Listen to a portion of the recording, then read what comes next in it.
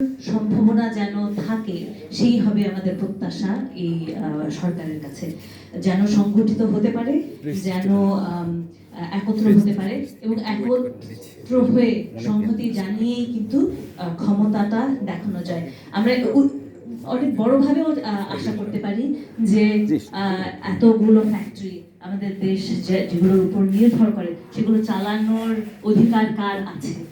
আমরা আগেও শুনেছি মালিক এবং শ্রমিকের মধ্যে যেই ব্যবধান সেটা কিন্তু বদলায়নি, কিন্তু সেগুলো কি বদলানো যাবে না? সেই বদলানোর প্রস্তুতি কি আমরা নিতে পারি না? এবং সেখানেও গণতন্ত্র কিন্তু হবে খুব গুরুত্বপূর্ণ। গণতন্ত্র শুধু রাজনৈতিক ব্যাপারে না, আমাদের সংগঠনের মধ্যেও আপনারা যখন সংগঠিত হবেন একটা গণতান্ত্রিক চর্চা যেন থাকে, যেন আপনারাও এটা একটা গণতান্ত্রিক চর্চাটা রাজনৈতিক চর্চাতে রূপান্তরিত হতে পারে।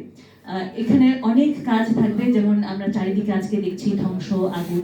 আমাদের ভাষার বদলও হয়তো দরকার। আগুন জ্বালো আমরা আর না বলি, আমরা তার থেকে অকিউপাই করি। আমরা যখন একটা বিল্ডিং নিয়ে নিই তখন ওটা পুড়িয়ে ধ্বংস করে লুট করে তো লাভ নেই, সেটা আমরা অকিউপাই করতে পারি, আমরা গার্মেন্টস গুলো আবার চালাতে পারি। সেগুলো তো উই মনোভাব রেখে দেশটা আমাদের সবার, এই দেশটা আমাদের সবাইকেই গড়তে হবে। এবং আমরা কিভাবে করতে পারি ধ্বংস না করে আমরা নিজেরা অ্যাক্টিভলি সক্রিয়ভাবে আমরা কাজ করতে পারি। এবং যদি আমরা দলবদ্ধ হতে পারি, যদি আমরা সংহতি জানাতে পারি, আমরা যদি একত্রে কাজ করতে পারি, আপুরা আগেও বলেছেন, ভাইয়েরা আগেও বলেছেন যে সংগঠন করার সুবিধা যেন এই সরকার আমাদের দেন, সেখানেই আমি আমার সংহতি জানাচ্ছি এবং আমি শেষ করছি। Thank you.